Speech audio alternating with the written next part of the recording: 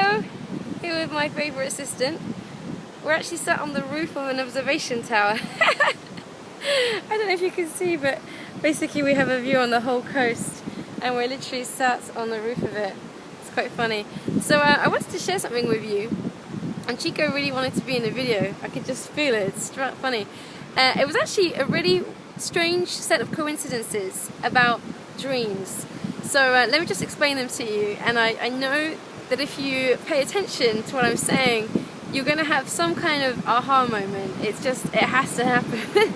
So what happened was I watched a webinar yesterday, and it was actually all about from trash to treasure, and an internet marketer that I follow was talking about how he actually started to reach his targets when he let go of them, and he'd had a lot of trouble, I hope you can hear with the wind, doing that, because he kept getting near them. His target for a long time was to hit $10,000 in a month, and he'd get near that, Chico, and then everything would stop in his business and he would just miss it. And that happened a few times, and he asked one of his mentors, well, what could be going on? And his mentor said to him, well, you just have to let go of that invisible ceiling you've created in your mind.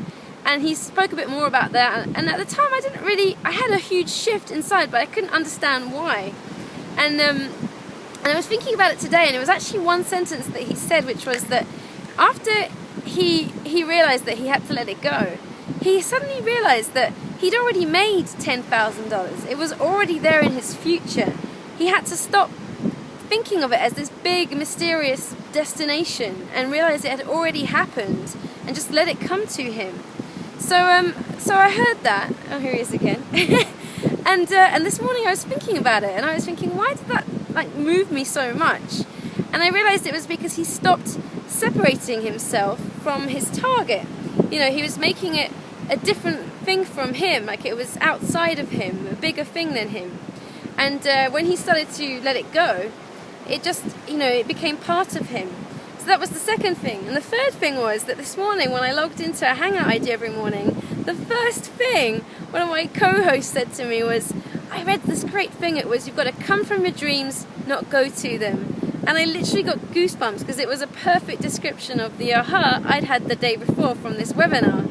So come from your dreams, come from the energy of what you want to create, and come from the energy of knowing it's already happened in the future because you've willed it so, and allow it to come into your physical reality rather than you going to it, when you just feel like it's so far away and it's just something completely, out there. I used to feel like that, and what I found helps to stop doing that is, to get the feeling of what it will be like when you have it, and just remind yourself of that as many times a day as you can.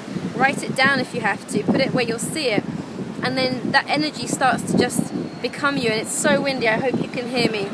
So let me know if you got something out of that. I hope it made sense. Come from your dreams, don't go to them. So if you did get something out of it, comment below, and I'll see you soon. Say bye, Chico.